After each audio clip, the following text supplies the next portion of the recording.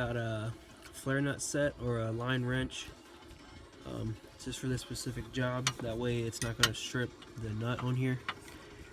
So you want to make sure you get a 10mm line wrench when you do this, so it fits on there nice and snug.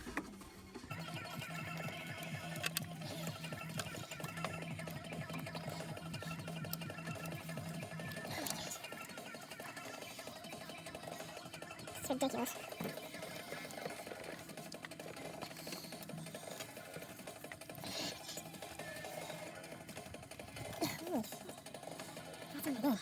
Alright guys, so I finally got the slave cylinder off, and I ended up having to take the battery out so I could get a better position on this, on the clutch line.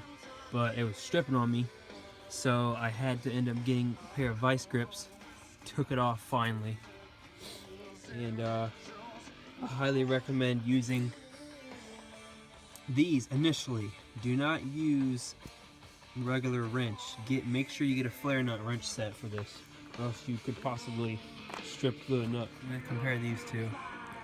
That's why this is worn down so much. I mean, grease would have helped, but that was only temporary.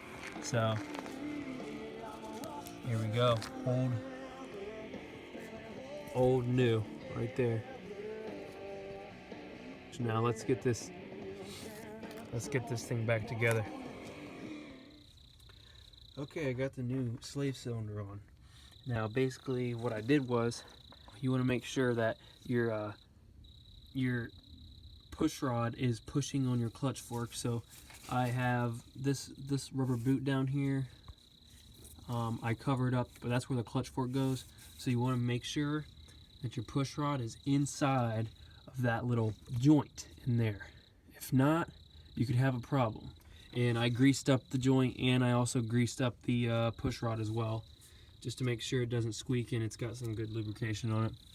So I went over here and I got these two 12mm bolts screwed back in, and on this side you have to put this plate down, screw the bolt down here, and then plug this back in. And I got the clutch line nice and tight, not too tight though, so in case I have to, you know, take it off again in the future. And now I've got I put some fluid in the master cylinder right there, and now I'm going to start pumping the clutch and bleeding the system out, you know, making sure all that air's out of there. You don't want any air, or else you're going to have a soft clutch pedal. And you can even, to get even the most air out as possible, once you're getting towards the end, you can actually go back here and push on that clutch fork towards the slave cylinder, and that'll push all the air out of the slave cylinder, and it'll push it up the clutch line all the way, and the air bubbles will come up to the master cylinder, so you get all the air out. So now I'm going to start pumping the clutch.